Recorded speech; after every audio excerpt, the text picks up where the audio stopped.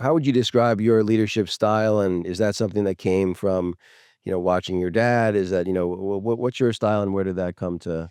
I mean, I'm not like the most hard-hitting person that's, calling everybody every day to go, "Hey, what are your numbers? What are your calls? I notice your calls are down." Like, that's just not my style. I like people to feel empowered and, it's got to come from within. And if I can encourage that and make them feel like they're doing it at the best place possibly that fits their life and their lifestyle, then that's what I'm here to support.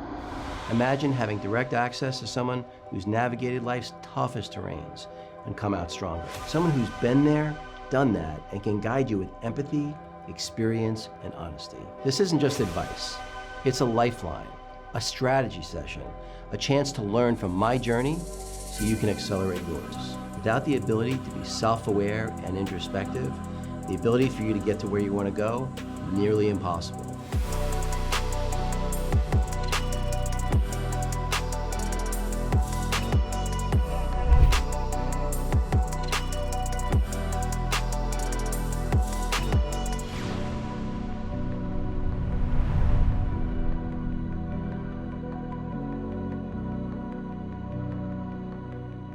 Hey everybody, welcome back to the David Guttman podcast. If you find this content useful, please like, subscribe, and share.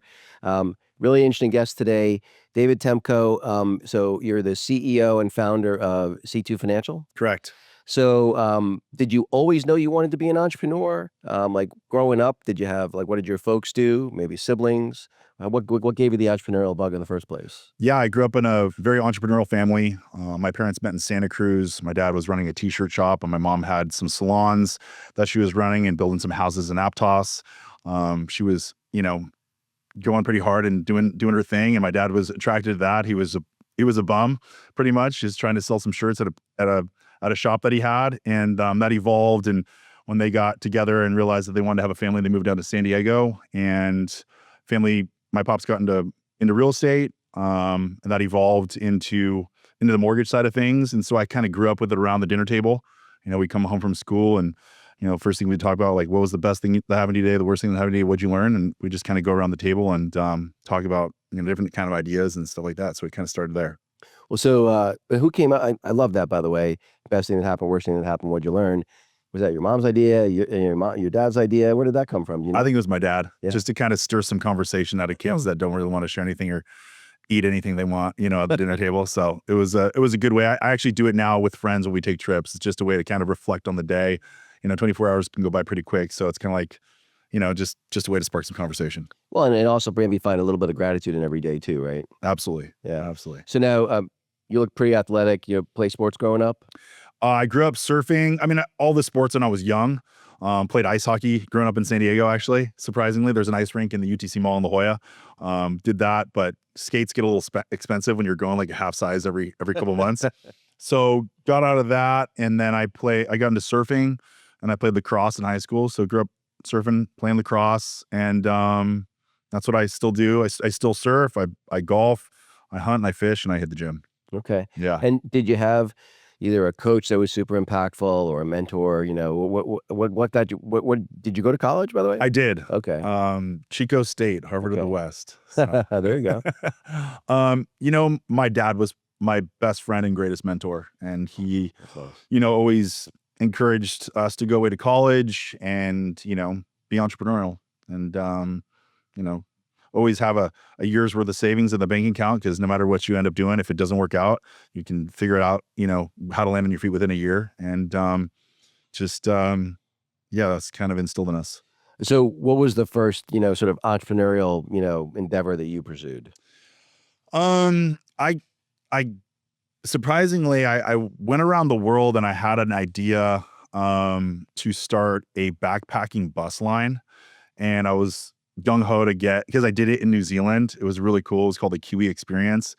And I was like, you know what? If there's one state that could pull something like this off, it's California. We've got the topography, the demographics, all this stuff. And I was going to do something like that. And I met somebody that actually tried it, and he said it didn't work. And I was like, yeah, but you're not me. But so I actually didn't. I ran a business plan, and I was going to buy some buses, and I didn't end up doing it. And I actually just really went right into real estate, and was kind of just it was just straight commission sales was really my first entrepreneurial deal in terms of just, head at a desk and, hitting the phones and just trying to strum something out of nothing and make it happen. And that was kind of my first real go and just entrepreneurial sales kind of stuff. And your dad did a bunch of real estate stuff too. So is that why you think you had an affinity for that, or? Yeah, I remember being with my pops when I was 18 out in Boulder looking at colleges, and I'll never forget, I was like, "Hey, you've achieved my vision of success." And he's like, "Well, what does that mean?" I said, "Well,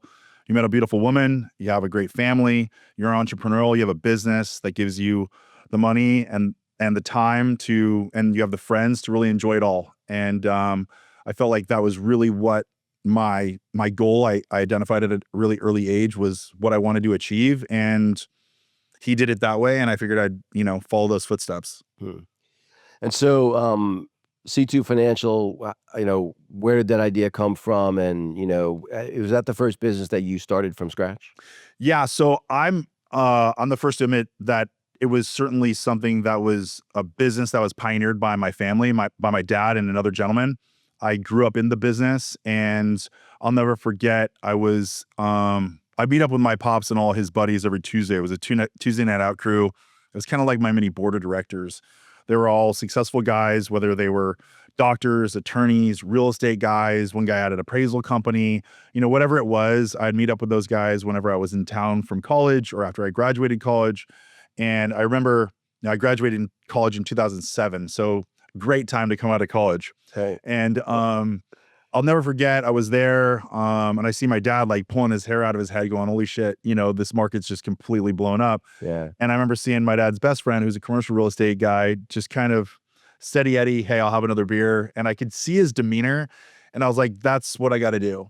And so I left kind of being involved in the family business and got involved in commercial real estate with a company here, a national company, but locally, and just kind of cut my teeth there. And that was really where I just needed to go off on my own and kind of just really cut my own path. And it was hard, but there was certainly a lot of work that needs to be done. And it's certainly not a place where you get rich quick. You got to put a lot of time, a lot of hours, a lot of calls, a lot of meetings, just a lot of effort, and see what it takes, do everything it takes. And so at what point did you decide, so you went back to the family business? Yeah, but it was really an evolution. Okay. In the family business, there was no place for really anyone in the family to work. Everything was really, from an operational standpoint, was already built out. It was really a place where you have to go out, develop your own skill set, your own trade. And if it works out, you come back and you can build that out at the company, and that's really how it kind of came full circle. Me getting involved in commercial real estate sales, evolved into commercial real estate lending, which I felt was a really good access point from being in a residential mortgage brokerage space and wanting to be in commercial real estate. Getting into commercial lending, I felt like it was a really good happy medium, a good blend. And then did a stint working in commercial banking. And then after that, I really I was like, all right, I'm going to go off and do my own thing and start my own commercial loan brokerage house, and did that. And then I eventually just brought it back and built a division at C2, which still operates today. And I mentored a gentleman to run that now. And then I took over all fronts about 4 years ago. Wow. So how is that? I'm guessing you seem like a down-to-earth guy, which means you probably have a decent amount of gratitude. How wonderful that your dad was, your mentor too. Like, that doesn't happen that often, like a shockingly, small percentage of the time. How was that relationship? And especially given the fact that you sort of left the fold, came back, what was that process like? And how much of that was him guiding you to that, do you think? And how much of that was you coming back to your dad and say, "Hey, I'm thinking this might make sense to bring, the band back together"? Yeah. Great question. Our parents encouraged us to go out and be independent and go after our, whatever, we had interest in, and encourage that. Family rule is going 500 miles away for college, is the kind of the first step out of your comfort zone, because if you're anything closer than that, you're coming home to do your laundry. You're really not, pushing herself to meet a new group of friends and being, outside of that comfort zone. So that was kind of the first step. And that was great. I thrived in that. I had a wonderful time and experience in college. And I think there was a pivotal point in there where my dad came up and moved me out of I was moving out of my freshman dorms. So he came up and we drove back home from Chico, and we were with another dad and his son. And we stopped at Mammoth Lakes, and we were all on a boat. We were fishing, and one of the guys broke out a joint. And my dad and I looked at each other. We're like, well, and it was kind of funny because it was like a moment of like, hey, David's a grown man. He's going to do what he's going to do regardless if I'm in his life or not. And it was kind of like a bridge. And I'm not saying like smoking a joint with your parent has to be the bridge to kind of become friends, but it was an interesting time, like a pivotal moment where, you go from having a respectful like person that you kind of fear to a person that you respect that's your friend. Right. And I'm not sure if that was probably the first moment that I realized that happened, but I think it was kind of a time where it's like, hey, he wanted to be a part of my life and he wanted to be a part of my college experience. And he knew, David's going to be, you're going to have friends, you're going to work hard, you're going to go to school, you're going to pass classes, you're going to party a little bit. And he wants to be a part of that. And it was kind of funny, because I never grew up with any of that in the house. And I wasn't like a big like pot smoker or drinker or really think anything, but there's a time and there's a place, and there was a time and place for something right then. So it's kind of a funny moment. That's cool. Well, yeah, it's, I have a 25-year-old daughter, and well, I've never smoked a joint, though I've had some edible, but I remember the first time that we had a few drinks together. Yeah. And my daughter gets very huggy and loving when she's had a few drinks. She, my daughter already thinks I hold too high an opinion of myself, and that her job, a large part of her role on earth is keep me humble, and she takes that job very seriously. But when she's had a few drinks, she sometimes lets it slip. Oh yeah. Which I like. So it's like, actually, it's funny, this year, for the first time, I'm trying this thing, because I don't drink much. I never drank till I was 35, because long story about how my mom detoxed from alcohol when I was 9, so I was freaked out it'd be genetic or something. Mm-hmm. So I never drank till I got divorced at 35 and started the date. So, I drink socially, and I'm not a big drinker. But it's this year I'm trying to use drinking as currency. So I basically said I'm only going to drink 6 days the whole year. Okay. And I tell my friends that. So if I spend one of those 6 days, they know I'm spending, instead of special, Right. as opposed to just all the time. Yeah. Yeah. Well, too much of anything's bad for you, Yeah. And there's, like I said, there's a time and there's a place. And, it's funny, like not from that point forward, but just through the years of college, he would come up and he would hang out with me and all my fraternity brothers and go on retreats and camping trips and all that stuff. And all my buddies were like stoked on my dad, and there was no other dad there. And it was just kind of a unique kind of, he was never there to tell anybody what to do or what not to do. I think one time he told somebody, hey, like we were out like camping somewhere, and we're shooting guns and having, and one guy didn't really have any experience, and he was kind of waving a gun. He's like, hey, point the gun up. Unless you're aimed at something to hit, you could hit, keep the gun up. That was the only time he said something to somebody about what not to do. Pretty reasonable. Yeah. Well, yeah, good call. So it was kind of funny like that. Yeah, it's funny because my daughter too, like, and I got along great with my parents growing up. I never had a bad relationship or anything, but I didn't really want to hang out with my parents. And so like I'm remarried, and my second wife's a good bit younger than me, and her and my daughter are actually quite close. And so it's in age or in friendship? Both. Okay. Both. So my wife's 27. We met, she was 23, I was 50. Okay. We've been together 9 years now, so now she's 32, I'm 59. And she's 7 years older than my daughter. Got it. So, but anyway, they're very close. And like I was on a mastermind in Costa Rica a few weeks ago, and my wife went to spend 3 days with her in Austin, which she just moved to Austin recently. So they'll hang out sometimes without me. Yeah. But it's always funny. It's always amazing to me, because my daughter will sometimes, like, she just last minute, came to visit us in Miami, stayed with us for 2 weeks. Like, she loves hanging out. And I'm like, I didn't hang out with my parents. Like, but the fact that, I love the fact that she likes hanging out with us. Yeah. My parents were always hanging out with us. Yeah. And it was always because my dad was just a really curious person. I used to joke around that he was the most curious person on the planet. And he just felt young to hang out with the young kids versus like being up at his room, letting them do their thing. So we were always hanging out at the house playing. It was kind of, our house was kind of the haven for everybody, for, all of our friends to hang and, cut loose a little bit, but leave your keys in the basket and crash on the couch if you're getting after it a little too hard, Yeah, no, it's funny. So when I was growing up, my dad started a software company in his late 20s that eventually IPO'd. My dad wrote the first fourth generation language. I don't know if you know what that is, but basically it's like, this is way before AI, but he wrote code that would generate code. Okay. So he would design the screens, the reports, the workflows, click a button effectively, and it would generate the code. That eventually became a product and eventually IPO. But anyway, so I always knew I wanted to be an entrepreneur. But I did when I was in high school. I worked for him where I would basically, he was paying me, I don't know, maybe $5 an hour or something back then, and I would print manuals all night for the software. So I basically would go and I would basically have to print them on one side, then flip everything over. I basically would sleep in the office printing manuals, and I didn't mind doing that. It was extra money for me, and it was, he appreciated it too.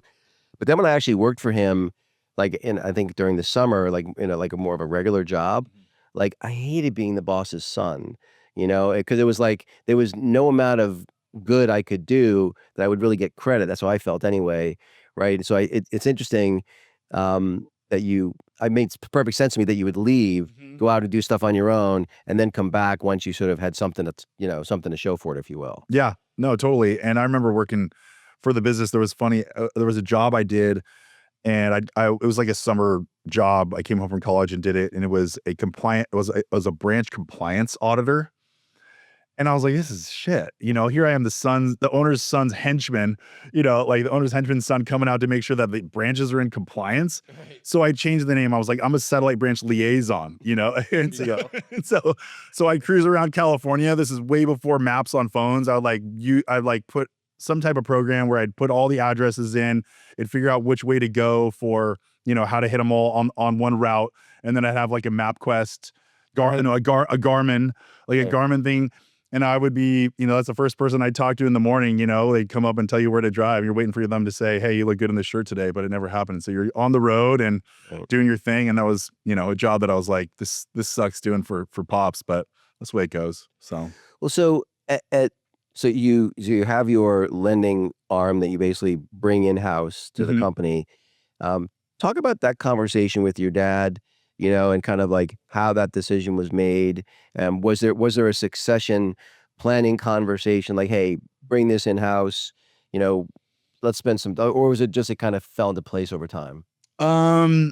Well, it's kind of interesting because I was working at a commercial bank, but I was always deeply involved with the company. I was actually always the owner of the company. And one thing led to another, and it became a conflict of interest that I was the owner of C2 and I was working at a commercial bank. And I kind of felt that I hit a glass ceiling anyways at a corporate level. But I kind of knew that there was a door that I needed to kind of exit. And so I ended up leaving that bank and starting my own commercial brokerage at another company before I really took it to C2. But it wasn't really a conversation. It was just kind of something that evolved. And I said, this is what I'm going to start doing. And he said, just go for it, and it worked out well. And then I kind of continued to grow it. And through growth, I brought on people to help me facilitate that growth. And in that process, a gal that's kind of my right-hand gal, she's kind of like the wolf, that is kind of a controller that does a lot of things for me. I do hard money lending as well. And she wrote the note for a trust deed I did. And I'd hired and fired several residential loan processors that thought they could do commercial, to land to the fact that she had just done a note for a hard money loan on a commercial building. And I asked her if she wanted to do commercial lending or do commercial loan processing. And she said, it's kind of what I call a GSD, get shit done. Cool. You can ask her to do anything and she generally finds a way. And she's like, absolutely. So she started working with me. She started seeing how busy I was getting. And she's like, hey, you need to meet my son. You guys would jive. You have to get the gab, sharp, no numbers, and, like to be in front of people and make things happen. And so he and I had a conversation. I was living in LA at the time. And we kind of hit it off on the phone, came back to San Diego, and we're in Solana Beach and had some tacos and a couple beers and said, hey, why don't you come work for me? And kind of wrote him an offer. And that was that. And then I started coming back to San Diego, and then it really kind of grew from there. And just kind of let things happen naturally. I feel like, the thought of entrepreneurship and going out and going for the brass ring, it's like, do what you can afford, do what feels natural. It's always gonna be a stretch, whether you're buying your first property, whether it's a home or an investment property. But it should feel right, and you just will know, and it's a way for you to grow, and you just kind of believe in it and kind of follow that and just kind of have that gut feeling and roll with it. If it doesn't feel right, don't force it. Right. And I feel like that's kind of something that just happened naturally. And I've been lucky with that.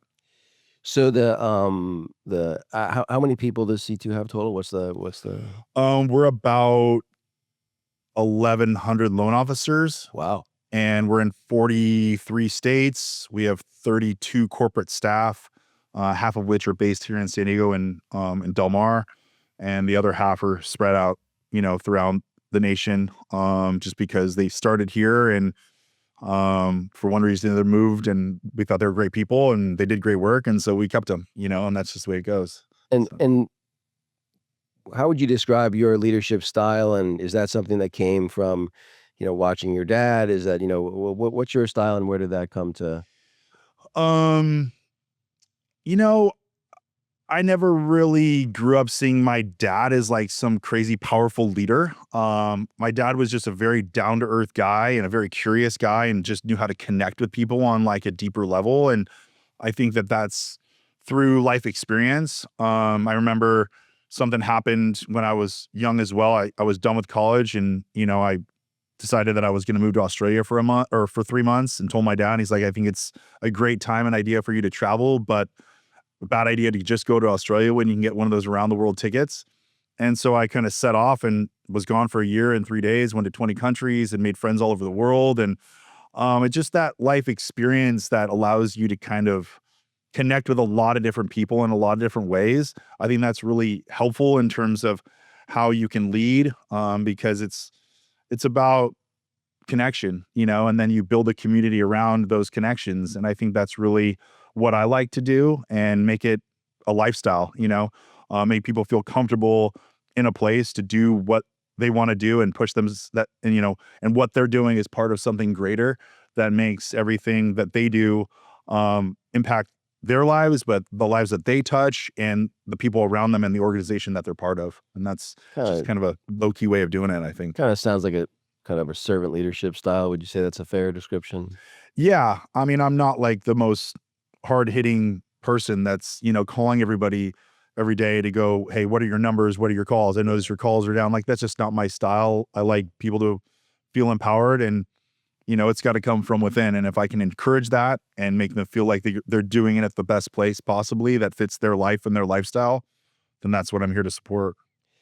Well, so, and it sounds like that, so it sounds like that's the way your dad was. And so you're like, oh, maybe talk a little bit about how you think about attracting, retaining, and motivating the right people. And what are the characteristics that are sort of like, they got to have these characteristics, and maybe what are the ones like, man, if I see these are red flags and I'm probably going to pass. Yeah, I think it starts with integrity. If you meet with someone and you feel like this is my person, I mean, you can pick up on that energy pretty quickly. Sure, there's times people are maybe better salesmen than you notice, but you generally can flesh that out pretty quickly. And I think that, birds of a feather, kind of that saying, we kind of, flock together kind of a deal. And, there's a lot of competition in every space, and a lot of people are kind of selling a lot of the similar things. And it's just it's same, but different a lot of times. I think what we've built is unique in the way that it's very collaborative, very competitive, but it's a place that all boats lift, with the rising tide, and everybody is really uniquely aware of the ability to share information and grow together. And, I think that, in any sales culture, you're going to have an 80-20 rule. 20% of the salespeople are going to do 80% of the volume. So you have that, emulation. People want to emulate what that is from those people on the top. And I always encourage people, when you go to an event, hey, just take at least one thing back to your desk that you learn that you can do differently every day. Just one thing. If there's one thing, one nugget you can take and go back to your desk and say, you know what, I really think that's a great idea. I'm going to implement that. And not be afraid to adapt and adopt. I think AI is a huge push. You mentioned your pops was like one of the first guys that almost created it. How he wrote code, that wrote code, and that's what that is today. And it's really unique. He's kind of on the forefront of that, which is really cool. But if there's a saying, that I got from a gentleman by the name of Rene Rodriguez, who does a big podcast, and he's kind of in the psychology of, sales, and he's kind of mortgage related, but it's like a loan officer or really any service provider won't be replaced by AI. They'll be replaced by the loan officer that uses AI, or that salesperson or that service provider that adopts AI. And you have to adapt, you have to adopt, and you have to be, forward thinking where the puck is going versus where the puck is.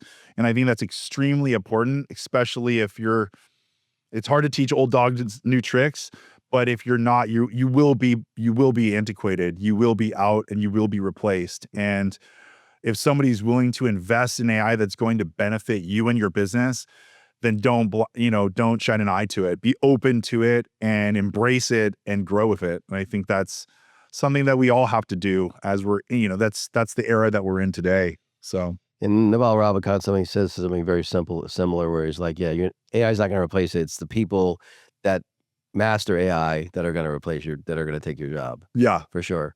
So now you said it was around 4 years ago, you basically took over the organization. I did. And now did I hear you right that you've now backfilled yourself, or you just backfilled yourself in the financial arm? I backfilled myself in the commercial lending space. Commercial lending part. Yeah, I got it. Yeah. Right. And I'll just a little more context on kind of why and how I took things over. I believe you had a stint early on in your years with cancer. Is that correct? I did. Well, it was a misdiagnosis. Yeah. Oh, interesting. Yeah. So for about a month, I was given 6 months to live when I was 24.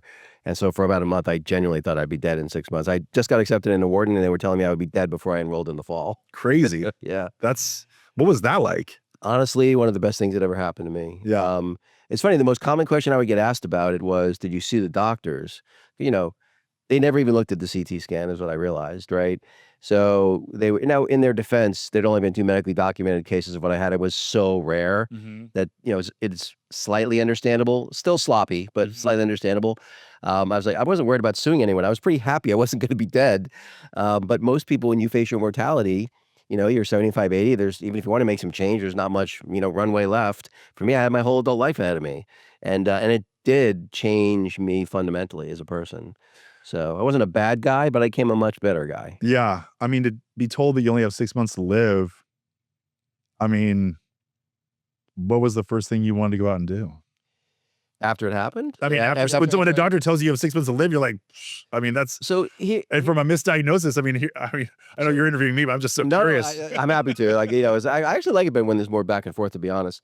So I'll tell you exactly what I thought. So one, I realized a couple of things. One, it's much harder on the person that cares about the person that's sick than the person who is sick. My parents were basket cases. I have a 25-year-old daughter, so about the same age I was. Yeah. If she had diagnosed with cancer, I'd be a complete basket case. Right. So honestly, I was so focused on keeping my parents from jumping off a building. I wasn't so, poor. I mean, don't get me wrong. I wasn't happy about the situation, right, at all. And up to that point, understand, like I was a Division I college wrestler. Then I was a competitive triathlete after that. I never smoked. I never had a drop of alcohol. Okay. Not even like champagne at midnight on New Year's. And I worked out like a maniac. I was the healthiest person I knew. And to have me be told I'm going to die, like, how is that fair? Right. So yeah, it was a little bit of that, but it didn't last long because I kind of got focused on them. And here was so I had graduated from Brown. I just got accepted in a Wharton, and the company I'd worked for had IPO'd, and I'd made $300,000 from the IPO, and I was only 24. So by most people's standards, really successful for a 24-year-old, right? And what I realized was, when I thought I was going to die, that yeah, a few people would be sad for a little while, and that's it. And I was like, it will not have mattered that I lived, and that really bothered me fundamentally. So what I did was I remember I went to Calistoga after I found out I wasn't going to be dead. Took a week's vacation and just kind of relaxed. In Northern California? Yeah. No way. Yeah. And you know, took the mud baths and massages and just kind of chilled for a week, kind of get my head back on straight and went back to work. And what I started to do, I'm actually on the plane ride back. I was rereading Atlas Shrugged, Okay. and a girl across the aisle started up a conversation with me, and we became friends. And she was telling me that she volunteered at this homeless shelter, and I'd never done any volunteer work in my life. And I was like, part of what I decided when I was, because the thing that was super impactful was so Memorial Sloan Kettering is where I got my third misdiagnosis. So one of the top oncologists at Sloan Kettering says you're going to be dead. Like at the time, that was the best cancer hospital on the planet. So they're going to do a biopsy. They're like, yeah, we're going to take a biopsy, whether it's Hodgkin's or non-Hodgkin's. We're going to try some experimental shit. It won't work and you're going to die anyway. That's basically what they told me. They said it nicer, but that's basically what they told me. Yeah. So they go to take a biopsy. It's supposed to take 30 minutes. And what happens is once they open me up, the surgeon realizes it's a cyst and not a tumor. Okay. Okay. And so he basically has me on the operating table for 3 hours because he's draining it and breaking it up and doing the best he can, just do a small incision in my throat. So because I was on the operating table for 3 hours, I had to stay in the hospital 48 hours after on an IV with, you know, for antibiotics. I'm in a stage 4 cancer ward at Sloan Kettering.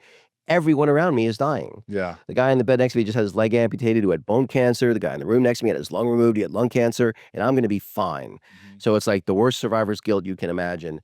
And I'm sitting there thinking, okay, when I thought I was going to die, I said, if by some miracle I don't die, I'm going to change, you know, I'm going to try to do better in the world.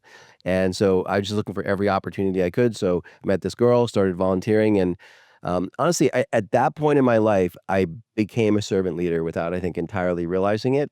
And I just decided that I was going to travel through life in a different way. And I got less focused on, you know, just doing things for my own benefit and more focused on trying to do things for other people's benefits. Not that you know, I don't have an aversion to money or success or anything like that, but it's definitely not been. Before that, I was like a lunatic.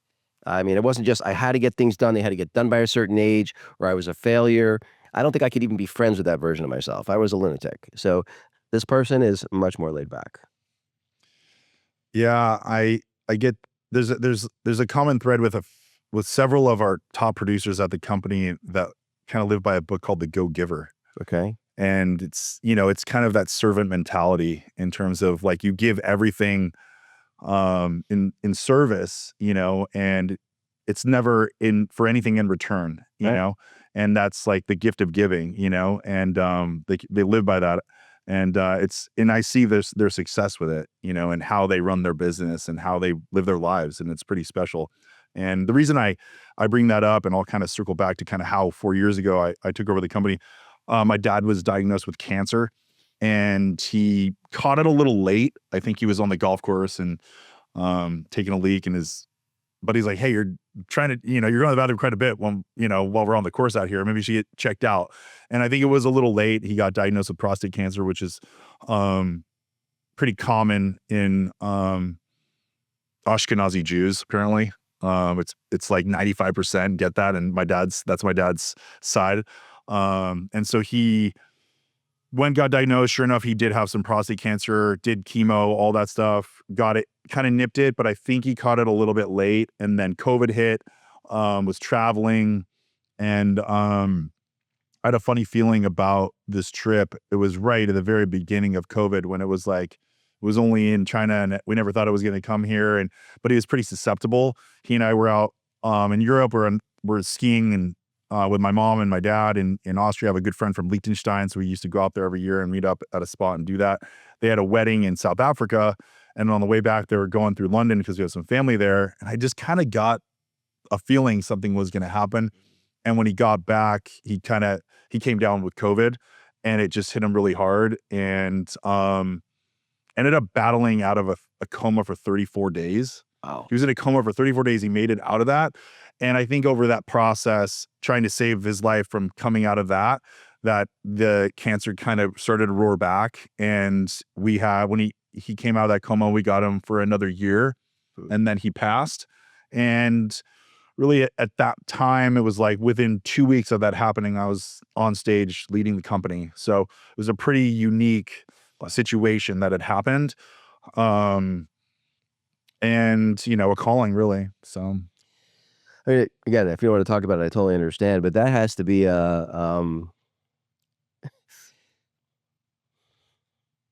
emotional. It's not even my dad. Um, my dad had lung cancer about 5 years ago, and thankfully he survived. Um, but I can only imagine that you're having to, you're losing your father, but also your mentor at the same time. Now you're having to take over the reins. That has to be an awful lot happening at once psychologically. That's got to be challenging, I would think. yeah, for sure. It was, excuse me. It was a lot to take on. I felt like everything in my life had culminated to that point. And I'm not a big sci-fi guy, but there's a movie called Dune. I'm not sure if you've seen I it. love it. Yeah. It's not like my favorite movie or anything, but there's a quote in it that I took from that I think was really unique. And it was a dad that goes to his son. He goes, "There's going to be a time in your life where when you're called to lead. And regardless of that answer, you'll always be my son." Mm. And my answer was yes. So it was a really unique situation. So Wow. Now, do you have children or I do not. no? No, Okay. I do not. Is that something that you plan to have happen at some point? How old are you, if you don't mind me asking? I'm 41. Okay, you're still Yeah. young. Yeah. Is that something that you think is in the cards for you, or Absolutely. yeah, Yeah. That's always been my vision of success. So right. Well, it's funny because I'm curious how you think about it. Again, I just have a daughter, and I know that if and I say this on my podcast, but I know if I had a son, I would raise him very differently than I raised, because when I went to Brown, it was the first time I was around a lot of people that had a lot of family money. Mhm. Families worth 50 million, 100 million, Yeah. 200 million. I hadn't been around that. Yeah. And something like 80 to 90% of the kids were wrecked by the fact that their families, that they came from money. Mhm. It was really the exception, not the rule. There was that 10 to 20% where they almost had more of a chip on their shoulder about it. Like, I'm going to do even better than my parents did or whatever.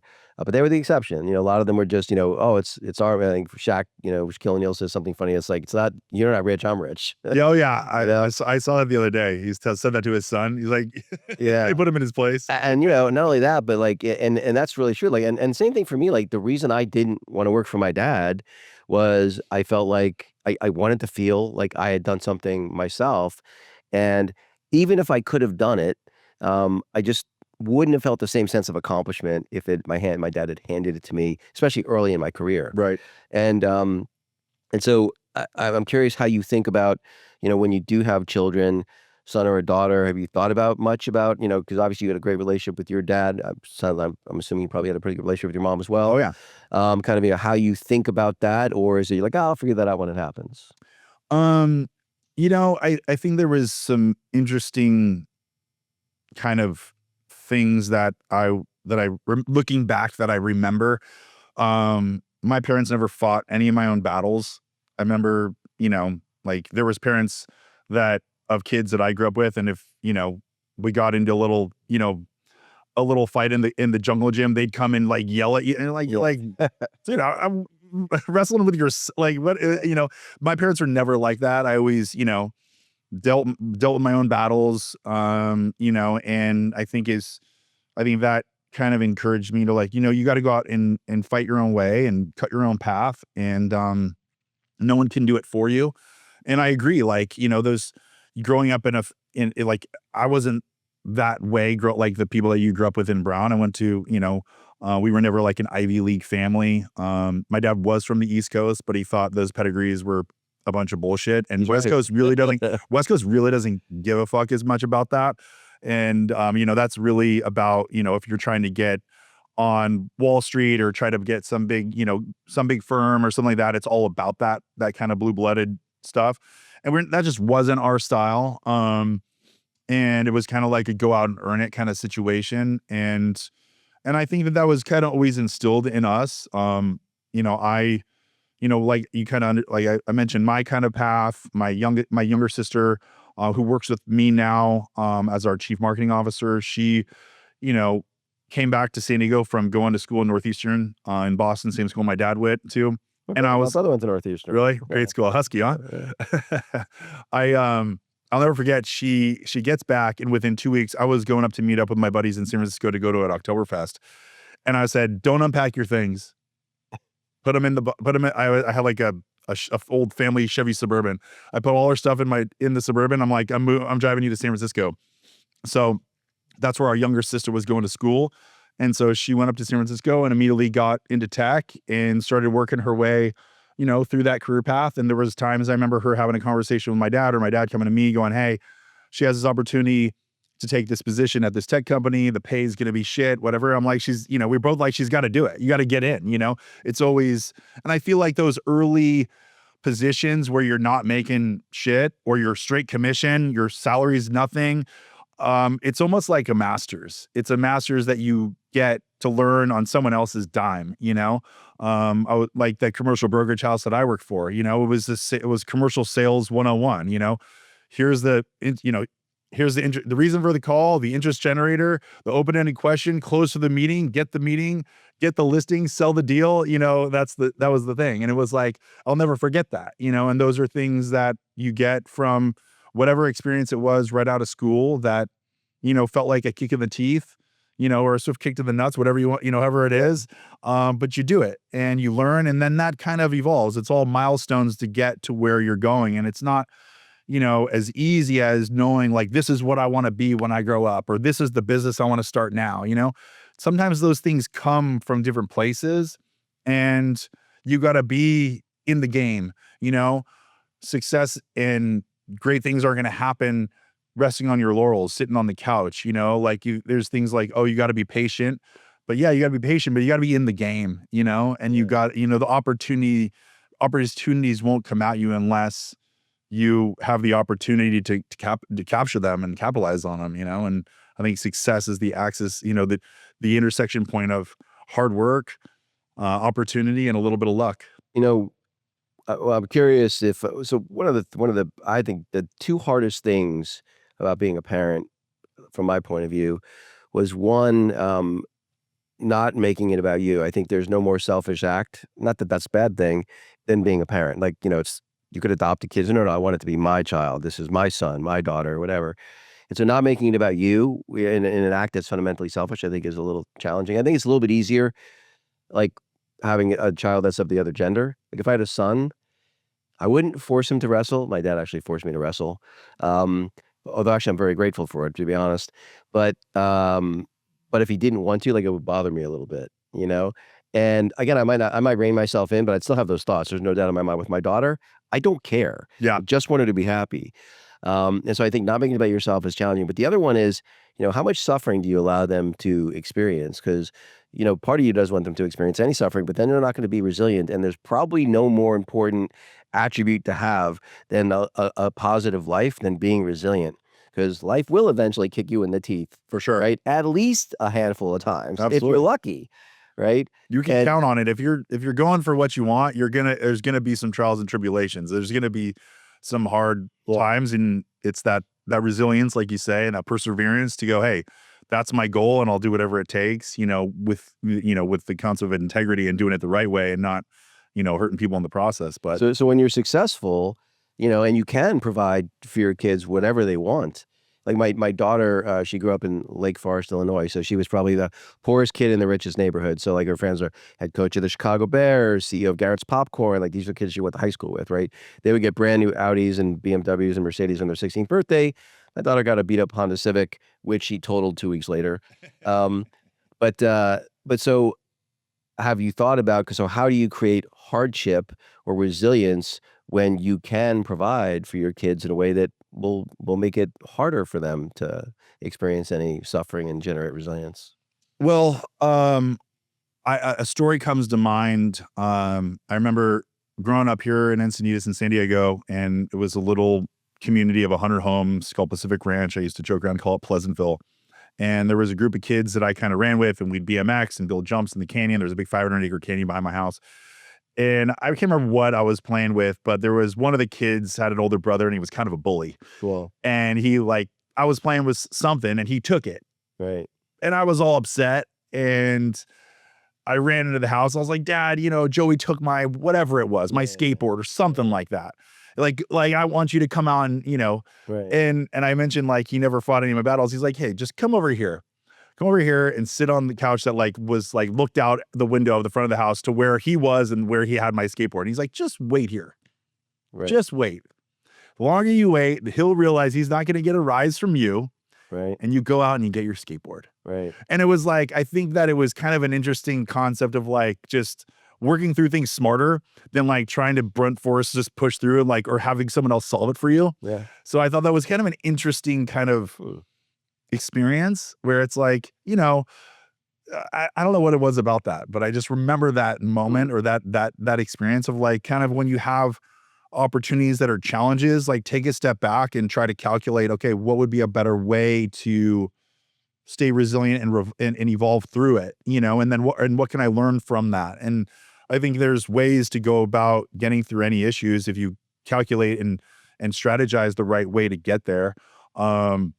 Sure, you're always going to have competitors that are going to be doing things that you're doing maybe before you or pushing you to get to a place, but you got to look in the mirror and go, how do I get better every day? Or what can I do to better my business, to better the people that I have with me and continue to lead? And, you know, and I think it's like, yeah, it's just strategy and calculating, just kind of being resilient in your own way. Doesn't mean you just have to take so much pain, but that pain and that hunger kind of keeps you, you know, if you don't have any of that, then when you experience it, then it can be a lot more gut wrenching than just, you know, than if your parents protected you from all those things your entire life, you know. Right. But I get it. Like you have a daughter and you want to, like you make money to protect your children, to give them a better life than you had, right? But at what point do you go, this one they're going to have to figure out on their own, you know? I will say, like, I remember my dad never really pushed us like, hey, you got to go wrestle or you got to do this sport. But I remember a good friend of mine, his dad was like, you got to play a sport in high school. And he's like, if you want to get any allowance or you want to have this, you got to play a sport. And I thought that was a pretty cool concept because I think having that structure, you know, after class, we're like, hey, let's play lacrosse, you know? It just like, you're not getting into as much trouble. You got to like, you know, you're going to school and you got practice after school and you're staying athletic and you're, you know, I think that instills some good values. So I think that's an easy one to kind of go, hey, pick a sport because you got to pick one that you like and go play it and compete to the nth degree. Give it your all. It doesn't matter if you're a starter or what, you go out and you hustle, you know, and that was good. I remember when my daughter was 8 and 9, I coached her soccer team. One of the most fun things I've ever done. What I loved about that age is all you needed to win was you needed one girl who could score, okay?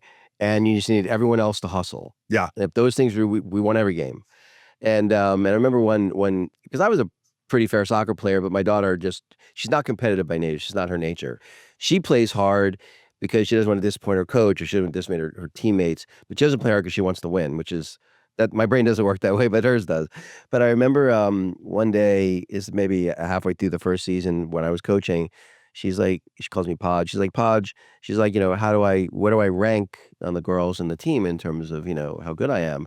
I already knew she knew the answer. She just wanted to know if I was going to lie to her, right? And so I said, well, you're a little below average from a skills standpoint because you don't really practice much. I said, I'm happy to work with you on your skills if you'd like. And she's, no, I'm good. And then I said, but you're faster than most of the girls and you hustle more. I said, so you're average, is you're above average there, you're below average here, so in total you're right about in the middle. She goes, okay. But what I found interesting, she played a couple of team sports, field hockey and soccer for a little bit. And then she also did cross country. I think there's different lessons to be learned from an individual sport and from a team sport, right? I think sometimes it's useful to do a little bit of both. And I do think that sports, I mean, wrestling for sure, is sort of like built-in suffering. The other thing it does too that I find that's super useful is it also shows you how even a relatively modest amount of incremental improvement done, you know, on a repetitive basis where you're getting, you know, a 0.5% better every week stacks up. And, you know, I think they say I think Jesse Eitzler was the first person I heard say it. If you spend 18 minutes a day on a skill for a year, that's 100 hours. And that if you'd spend 100 hours on anything, could be playing the piano, knitting, basket weave, it doesn't matter. You'll be in the top 5% in the world at that thing if you spend 100 hours on it. And so imagine, you have your kid start at the age of 10 and they do it till the age of 20 and they pick 2 things every year. It's like 36 minutes a day. They're going to be in the top 5% of the world on 20 things, right? There's no way you can't monetize that. Right. Yeah, I think to that, if you could spend 18 minutes on something every day with a mentor or a teacher, you're going to be exponentially better. True. I've certainly done some things. I built a new division for the company, a new banking or non-delegated banking division. I've never built one of those before. I've never done that before. I'm pretty resourceful. I think being resourceful is probably one of the more important things to be in this world. Sure. It's not what you know, it's who you know a lot of the times. And that's been something that I've built and now it's to a point where I'm looking for someone that I want to help take it to the next level because I've got all the infrastructure in place. But if there was an opportunity for me to, if I was with someone that built something like that was exponentially more successful than where it currently is now, then I would know where to get it to that level. So I think that if you have that mentorship or you have that teacher, it can help you tremendously. Otherwise, unless you know how to read a piano book and you can then start playing this and you can start playing that and you get better than that. But otherwise you can continue falling forward. But if you have somebody that kind of goes, hey, they've hit their heads against the desk on something like that before, you can circumvent those hits, which I think is great. I think mentorship is huge. And I think now in this day and age, it's going to be harder to find just by the mere fact that so many more of the young professionals have this remote work expectation. I told you I came back from Los Angeles to hire a gentleman and train him and mentor him. And I honestly did not know how to teach anybody anything other than just show them what I did and how I did it. And the only way I could do that is, hey, you sit right next to me. Right. You see how I have the first phone call. You see how that call goes. You hear it. You see the email go out. You see the follow-up email come back, and you learn through osmosis. And that's really how, you pick up things a lot faster. And as he would say, he's like, I'm, drinking from the fire hose, And honestly, that's probably one of my greatest rewards is seeing his success from me teaching him that, like teaching someone how to fish versus giving them a fish. I think that's a pretty special thing. But that, now, that's a point where he took it. I got that division to this level. I taught him everything I could teach him and he'll take it to the next level. And I'm always there for him when he needs me and we have a great connection. But I think mentorship is very powerful and a great reward in return for something that you've learned and can give back in your life. And that's kind of like parenting too. Yeah, it really is. Yeah. So. And is that the first person you've actively mentored? Yes. Okay. Yeah. Yeah, I find mentorship, and it's funny because I would say for about 20 years, I actively sought a mentor. Mm-hmm. And I've had a couple of people that I would label as more of a professional mentor, but they were their health was terrible, their relationships were terrible. So there weren't someone I wanted to really be like other than the success part. And even that part is sort of tainted because, well, maybe you're only successful because you don't, balance those other things at all. And so I eventually kind of gave up, but I have found it incredibly rewarding to be able to be a mentor to other people. It's probably the most, I just feel like being useful. Is there nothing better than feeling useful? Yeah. Yeah. It's interesting you say that. Like, somebody that was super successful in business, but a complete mess of a husband or a father. I think really kind of that level of success. It's 3 buckets. It's business, personal, family, and that personal side is friends. And if you're constantly filling up those buckets with water, and a lot of times, one bucket will be more full than the other, and you gotta balance it out. And it's certainly, that is kind of like life's balance, is how do you kind of go all in on business, go all in and make sure you're maintaining your personal level of things, whether it's your health and your personal relationships and your family. It's those 3 things, and it's the health part tough. too. I mean, you look like a healthy guy. That's the other part too. Is like, Steve Jobs would have given it all back if he could have been healthy, right?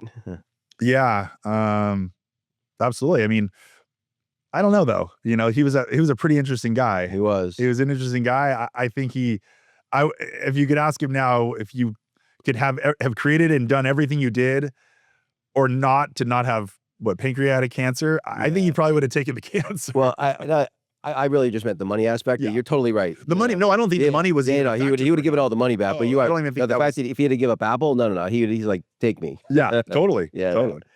Yeah, it's interesting. Well, so if you don't mind me asking, I'm curious that because frankly, I wish I had waited, but 41, a little bit later to getting married and starting a family. Was that something that was intentional, or like, hey, I'm not even going to start looking till I get to a certain age, or was there some, backstory there? I know your lovely girlfriend has joined us, so I don't My fiance. sorry. Yeah. No, I had a starter marriage. Oh, you did? Okay. Yeah. No, I was married at 29, and When everyone gets married between 28 and 32. all my buddies were getting Yeah. married. It was the thing, and it didn't work out. You have a vision and you have goals, and you feel that person that you're with, your partner in crime, is aligned with those goals, and you make decisions together to build that empire. But sometimes people grow apart. Yeah. And it's unfortunate, but there's no dress rehearsals, and you gotta hope is a 4-letter word. And I saw kind of where things were evolving, and I had a candid conversation, and unfortunately or fortunately, that one didn't work out. And my takeaway from that was, I just want everybody to be happy, Wow. and if it's with me, fantastic. If it's not, and it's with someone else, amazing, whatever, and that was kind of my mantra to take away from that. And then those were some interesting times. I think there's nothing more powerful than a man rebuilding himself, Right. and it took me quite some time to kind of get to the place that I'm at. And I think a lot of relationships, or even businesses, or anything, a lot of it comes down to timing. There was a lot that happened in my life following that divorce, running a business, COVID, father passing, making sure my mom's dialed, keeping an eye on my business. And once you kind of start, and I'm not saying you have to have this set up to get to that. There's people that are like, oh, when I get to this success level, or have this amount of money in my bank account, then I'm going to have a kid. You got to let life happen as it happens too. Right. But you have to have the capacity for it. And a lot of that is the time of it. And so, I just let things kind of happen, and they got me to where I'm at. It's funny. One of the things I've noticed is, and I don't know why it's true, but it definitely is true, which is when you think about the Achilles heel of most very successful men, it tends to be women in relationships, and you strike me as the kind of person that's going to dodge that bullet. But I'm just curious if you've seen that, and you've probably got a lot of successful friends as well, where people, once they reach some measure of success, all of a sudden, it fundamentally changes how they are in the world, because the world reacts to very successful men in a very different way than men that are less successful. My dad told me the biggest decision you will ever make in your life is who you marry. Right. And he has a twin brother, and his twin brother made some different decisions. Right. And twins can be very competitive. I won't get into the nuances of that, but because I love my uncle, he's a great dude and very successful attorney. But I think that, there's things that you have control over. You control your actions, and where your moral compass lies. If your actions are outside of your moral compass and there's repercussions for that, you can expect repercussions for that. Yeah. And when other people you care about, their emotions are involved in there, and then you're risking that. So I think you have to be conscientious of that if you want to continue going to the place you want to go, and maintaining those relationships, and being a strong man. Well, so David, really appreciate you taking the time today. Your story, the stuff with your dad. Wow. It's, where can people find you, and what's next for you? Yeah. You can find me. My Instagram handle is David Temko, David, and then Temko. My company is c2financial.com. My email is david@c2financial.com. Pretty easy. There's only one. I get to pick that one. But yeah, I'm here in Encinitas. I'm an open book. I think, I was thinking after we having this conversation, why did I bring up when I was smoking a joint with my dad, but then Elon smoked a joint with, Joe Rogan on his. So I think just talking about it's a little easier than smoking one together, maybe another time. But yeah, I'm here local. I travel a lot. I've got an incredible assistant. She keeps me on my calendar every day. Right. But generally always here to help people. And if you're looking for a great mortgage, I'm certainly the house to do that. I've got a lot of amazing people that have incredible resources that we provide them, and they have the knowledge and the capabilities to identify the best place for any person to get a loan at any stage of their life. And I believe in the power of homeownership. That's kind of the humility component of what we do is, it might look like loans or pushing paper, but we have the power and the ability to facilitate that American gift, that American dream. And it's getting harder and harder every day, specifically right around where we're at in California. So if you can afford it, go for it, get in. Otherwise, you're paying someone else's mortgage. And I'd rather you pay your own and have the forced savings. And that's what we do at C2. David, thanks so much. Yeah, thank you.